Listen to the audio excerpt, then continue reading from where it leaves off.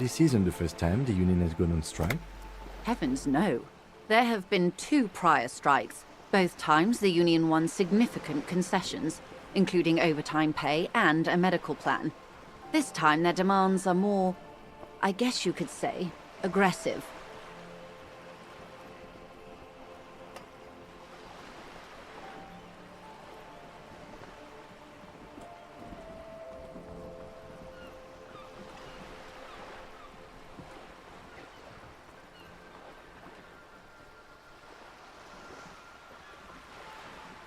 Ludicrous even. It's meant. Mr. Clare told him to... how did he put it? Fuck off, midget. Gaumont is short of stature, you see. Yes. Keep in mind, this is a negotiator Mr. Clare has worked with before, and who was more than fair with him and the union.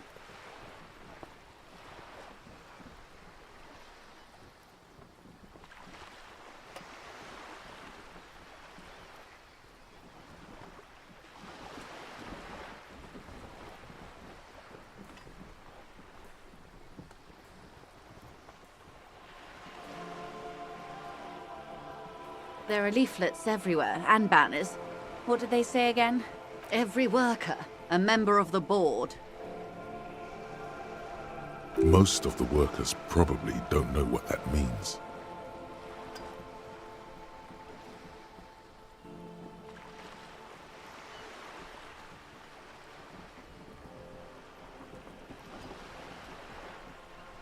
In its defense, another said, demand democracy. Pretty tame stuff compared to every worker, a member of the board.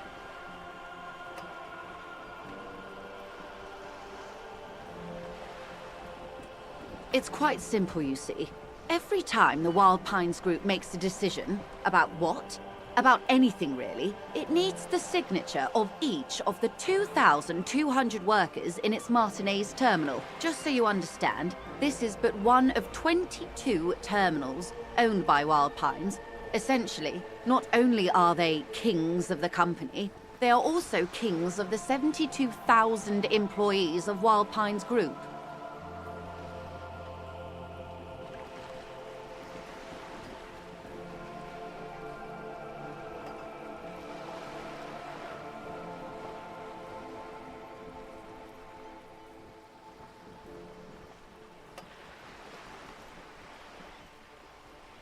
I'm not sure. Naturally, I assume that was just their opening position. A hard-nosed tactic with a side of mockery. But there's been no follow-up, just the same nonsensical slogan repeated over and over again. And now, people are getting lynched, I hear. Behind the whirling in rags. A disastrous situation if there ever was one. Excuse me, from whom did you hear about this lynching? I first heard it from the bowyer at the gates. The one whose very name advertises his aversion to work. I think he said it was, "Call me mañana." This checks out.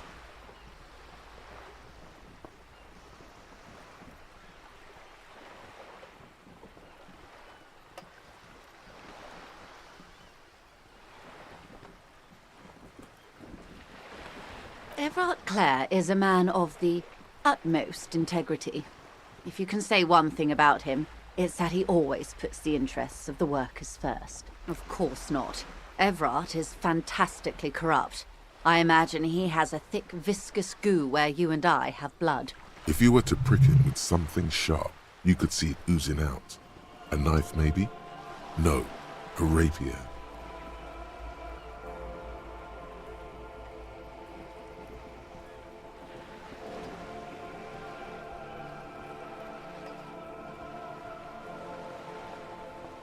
Oh heavens, no.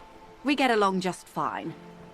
Yet, now that you mention it, I can't stop imagining that black treacle just dribbling down his double chin.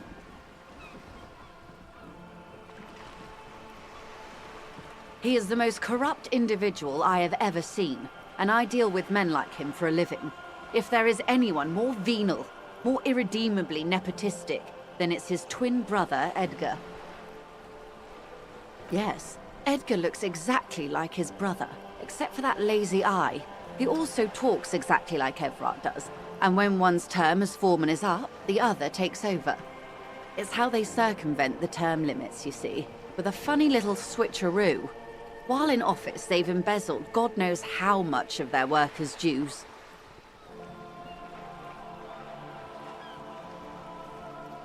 The Debardeurs Union was once a perfectly normal institution. 20 years ago, anyway. It must not have been easy to establish under the Emergency Act, but they did it. I can respect that. Organized labor at its best, as they say. Then something happened in the local chapter elections. The brothers Clare came and transformed it into a... how do you say? A mob. The Debardeurs are a crime syndicate.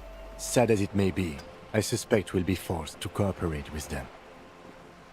Refreshingly honest, officer. The company has tried appeasing in the past, but I'm afraid our concessions have only emboldened Evrart and his brother. And your opinion, Detective, if I may ask? I'm a curious and talkative person, you see. Would you say the Debardeurs Union is...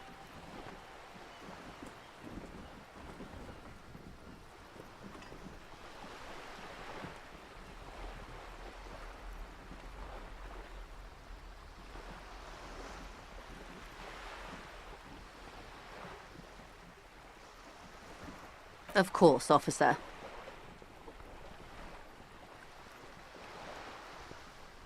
The scabs? You mean the huddled masses of Jamrock, come to plead for work where the Union... Don't let her answer it herself.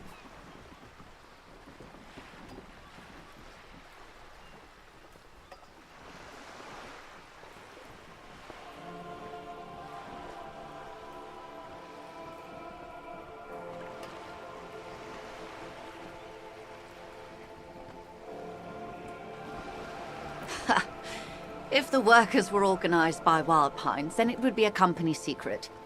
I could not share it with you. Not yet, at least. It's implied. She's open to discussing this matter with you at a later occasion.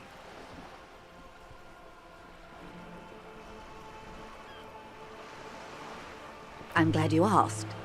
There was a woman, the previous forewoman of the Union. She disappeared. Disappeared? Yes. On the last day of the local chapter elections, her daughter phoned in and said she wasn't running anymore, or coming to work. Ever. End of story. This forewoman, her name? Sadly, the company records do not even give a name. She's just forewoman in private correspondence, Holly. I don't even know if it's a sir or given name, and I don't have access to the Union's files.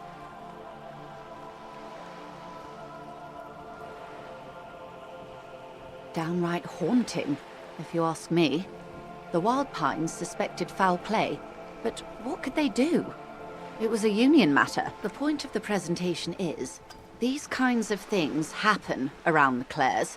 Watch out when you're dealing with it. Thank you for your concern, ma'am. We'll be just fine. Of course. How else can I help? What we do. I'm afraid I don't speak for Wild Pines as a whole. It's a giant undertaking. There was a touch of discomfort there. She wants to merely represent.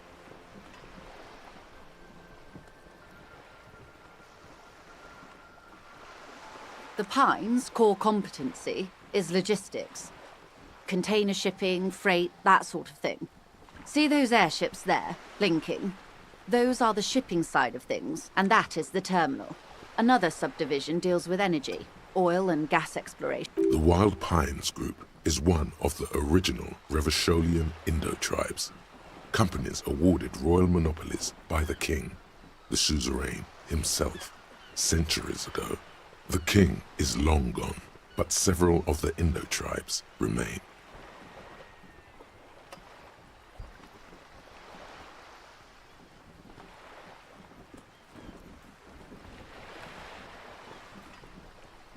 She nods.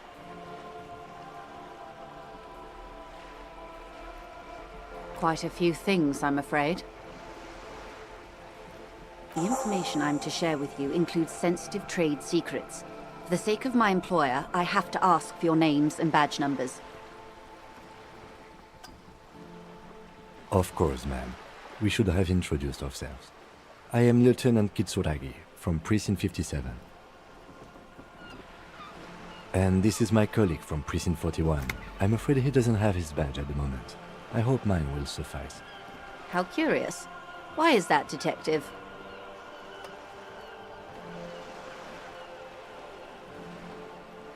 I see. So, are you saying you lost your badge during the course of this episode?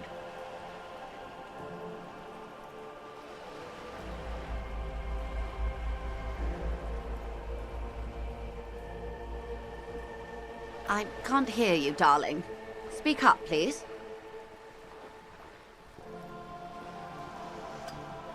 Oh, dear. Some kind of encephalopathic amnesia. I don't even know how to respond. I do believe you, naive as that may sound. I simply can't imagine what you gain by faking such a condition.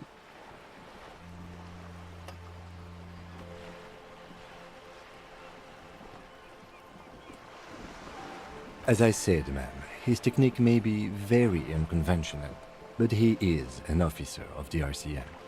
Of course, I sympathize.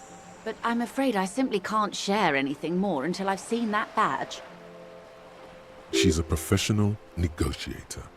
She should be open to some sort of mutually beneficial arrangement.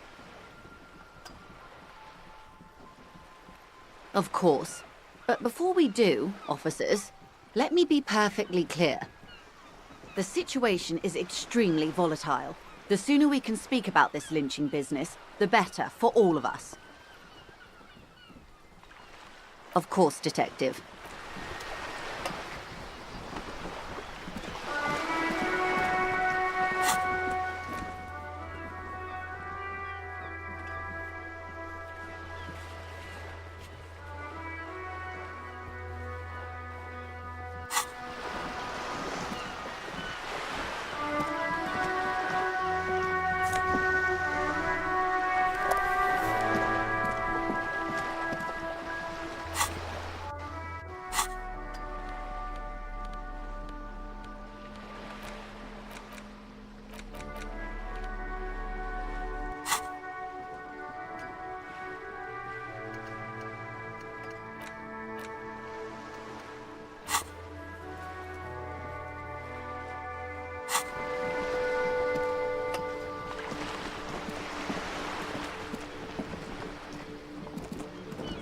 A sturdy metal door guards the southwest entrance to the apartment. Madame, I assure you, we are real police officers. There is no reply. Just faint, sweeping sounds inside. The door rattles again, but this time you hear an elderly woman. Stop banging on the door! I'm not letting any more strangers inside. The police? Everyone knows the police don't come round here. No, go check the backyard door. Backyard door.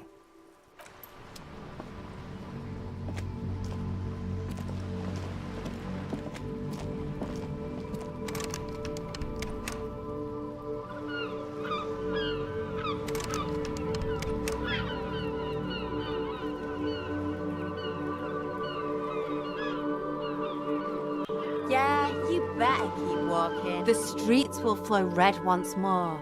A great torrent rushing down Rue de Esperance. You wait and see.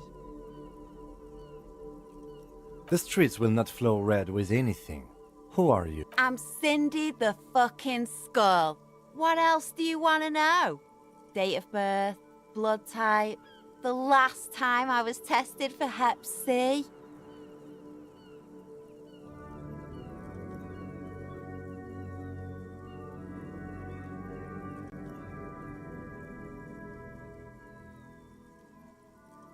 Go where?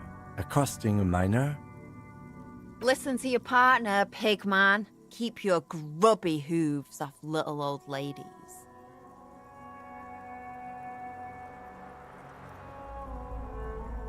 The lieutenant is desperately searching for another handkerchief.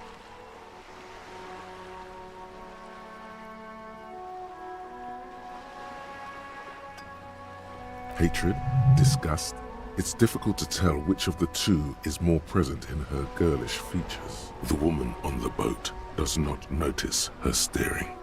That Ozon her. Someone's got to keep an eye on her. Ozon is an archipelago 2 days' travel away from Revachol. Its moneyed residents, used to posh restaurants and upscale boutiques, rarely have reason to visit matinees. On a first-name basis with her, are we? Piggy's moving up in the world.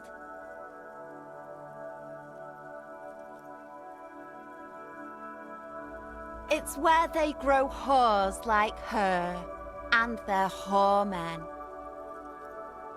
Have you got a crush on her? Aching for an opportunity to defend her honor?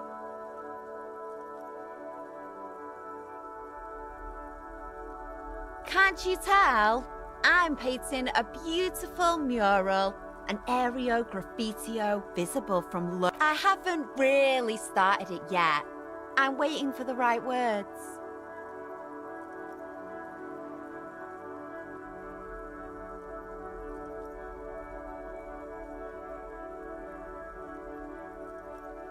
Yeah?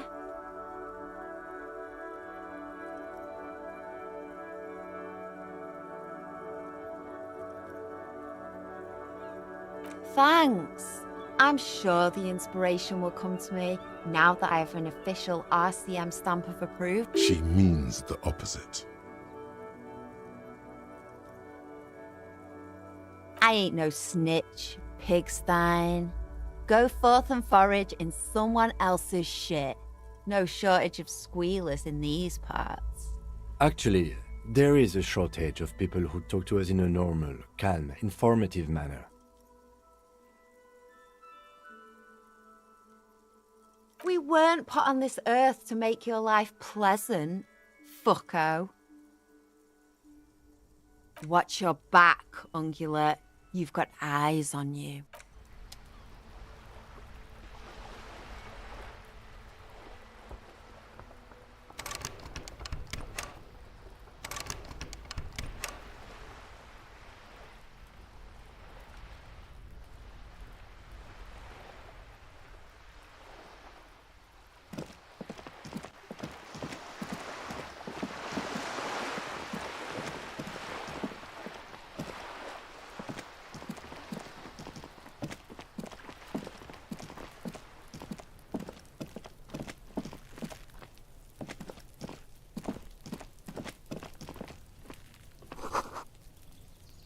It's been a week and now they show up?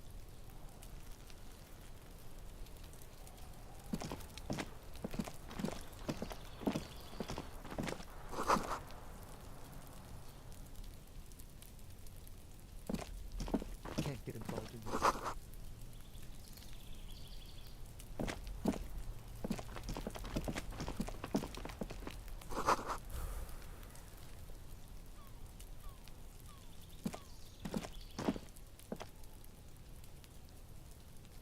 So much for a quiet smoke.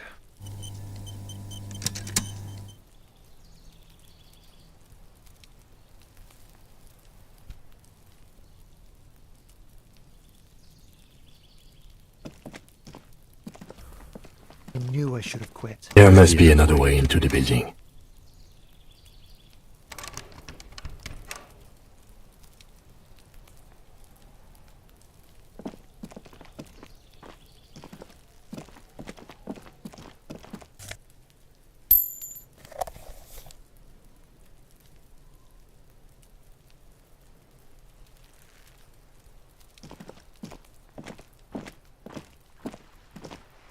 This is a wall on the side of an apartment building.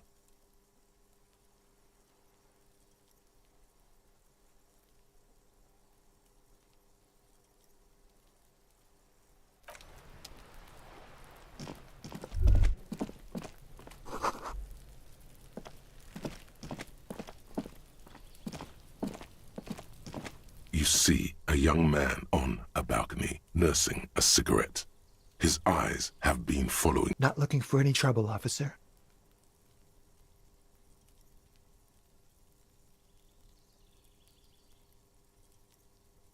There's no trouble. I'm just speaking in a lowered voice. I don't want to be seen talking to the gendarmerie, if that's okay. I just want to finish my cigarette. Don't let him go. This could be your witness. The balcony has a great view of the whole thing.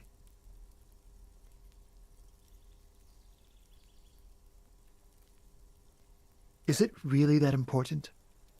Like a nervous cat, he keeps stealing looks at the neighboring windows. All right, but make it quick. Once I finish this cigarette, I have to run. My name? My name is Martin Martinez. That's definitely not his real name. No, of course not. Could you please lower your voice?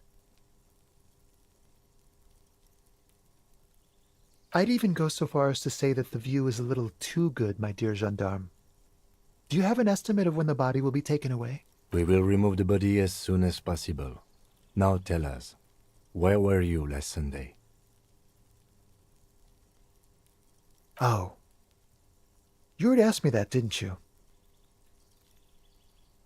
Wait, is someone else investigating the lynching?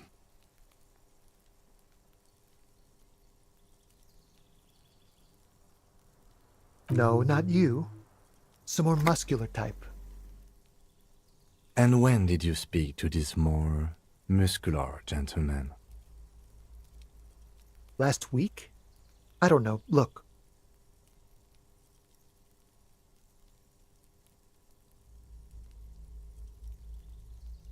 A downy blanket of white to cover up the miserable poverty of the scene.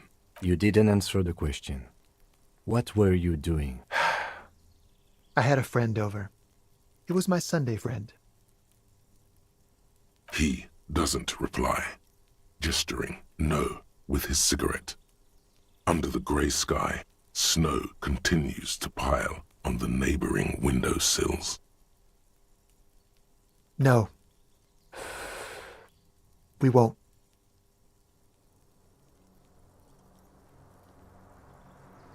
Now, if you'll excuse me, I really need to get going.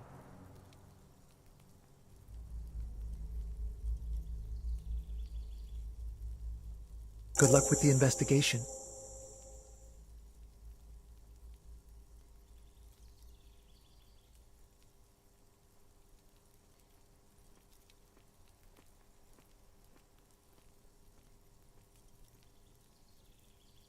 He's gone. No point in running. Tenements like these often have multiple exits. If he doesn't want to talk to us, then he'll know how to hide himself. He could be a witness. Him or his Sunday friend. Either way, we need to look into that muscular type who's asking. There has to be a way of getting inside the building. Let's go check out the door near the pier again. Once we found a way in, we can ask around for his apartment.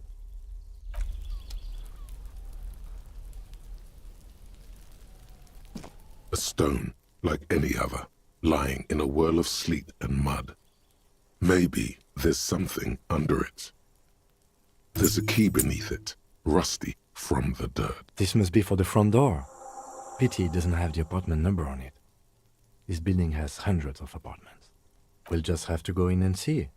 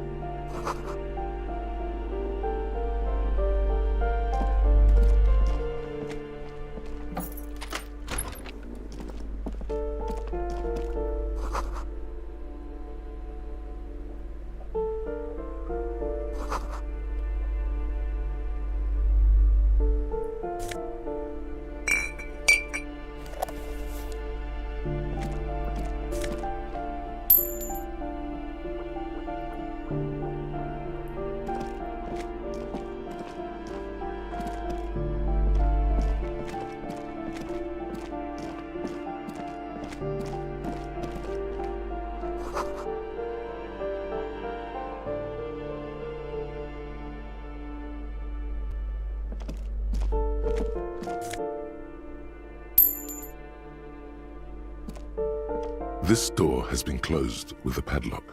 A chalk-drawn number on the board says, number 11. It's a solid lump of metal, but the shackle is deeply corroded.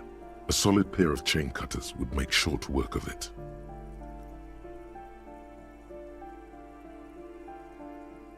Why would we want to break into some random citizen's apartment?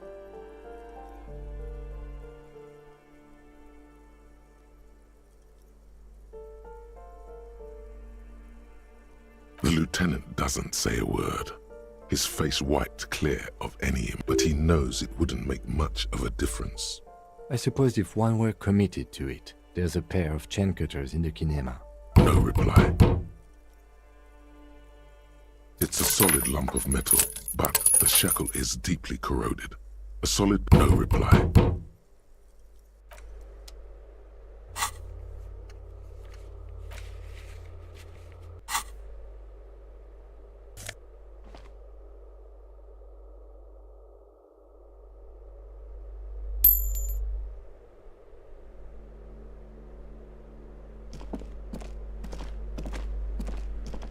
You hear someone walking around inside, rearranging the furniture. The walking stops abruptly, but no one comes to the door. A poor communard, from the looks of it. The room is barely bigger than a closet. Do I have to open the door?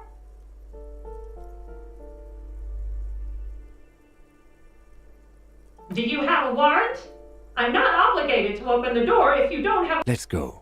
We don't have a reason to get inside. It's generally easier to do things if you have literally any reason.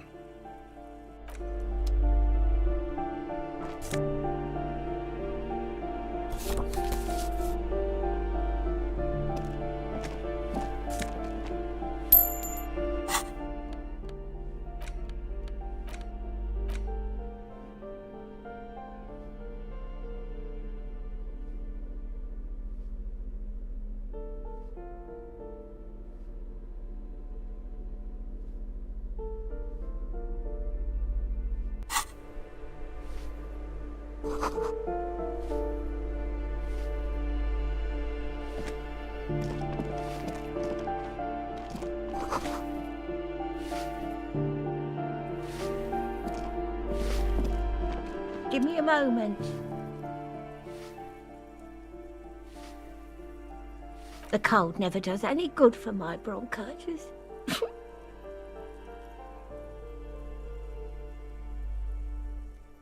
I'm fine. Fine. Don't you worry about me. Now, what do you want? She's the cleaning lady. She knows the floor plan and the residence. Yes, yes. I know who you mean. The scrawny boy who's always smoking like the devil, right? Somewhere in the building, a child starts crying. You hear a radio tuned to a talk show and someone taking a shower. What's he in trouble for?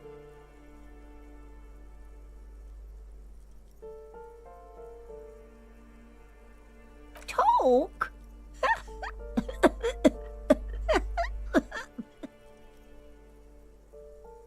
What was so funny about it? He lives upstairs in room 28. Go to the balcony. It's one of those doors there. He's usually home in the evening. Thank you. We should go check out his apartment on the balcony. See if he's home. Ask away, policeman. No one lives there. It's been empty for months. Impossible. I would know if someone had moved in there. Maybe it's those countercultural people again, breaking into a house like it's a public space. You're a policeman. Be good and take a look, will you? Great. Young people. They're worse than rats. You know, always littering the hallways with trinkets and empty beer cans.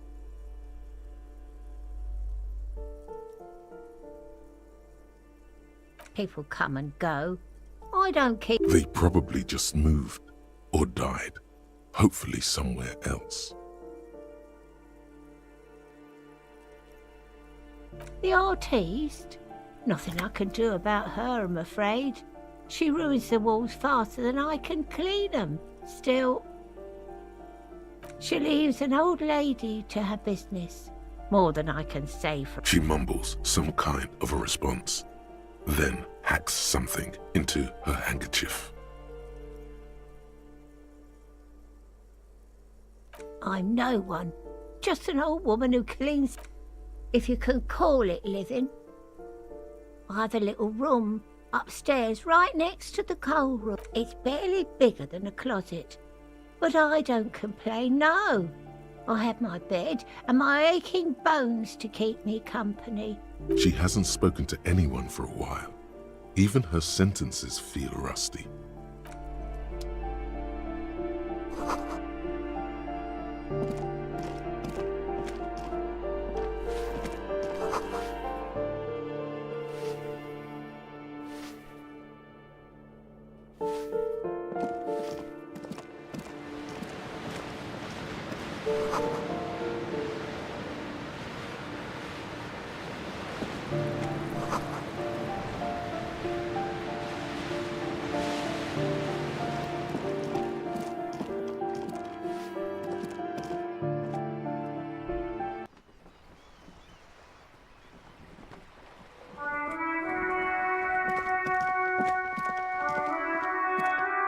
Ooh, the piggies have learned how to saunter up staircases. I didn't think you could do that with hooves. But here you are.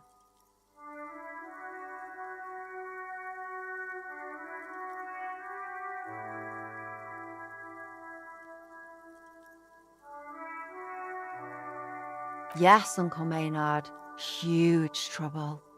You're gonna take out your metal detector and your collection of bottle... That smell coming from her paint bucket. It's not paint. It's heavy fuel oil.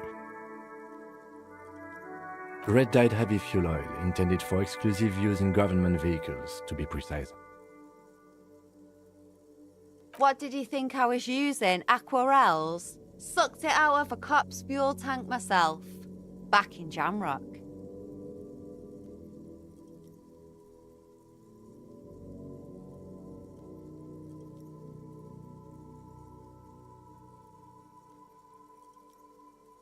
Something to think about next time you're driving around in your pretty little piggy carriage.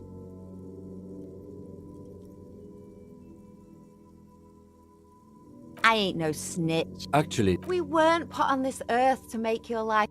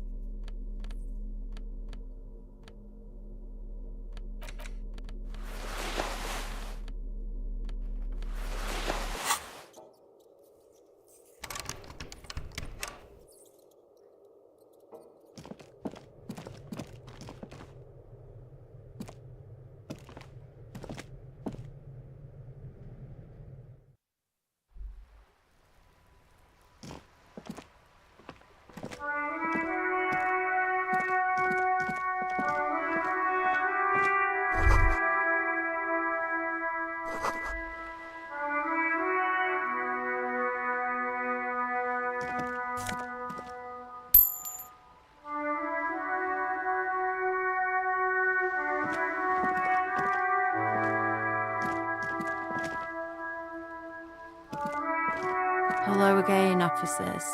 Have you come to admire? Oh, not only have you found my address, you've discovered my biggest secret. She does have eyes that seem to be smeared with coal.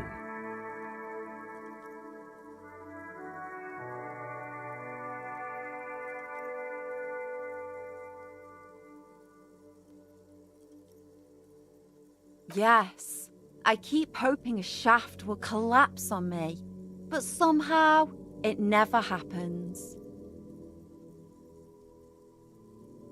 Does anyone in a city like this?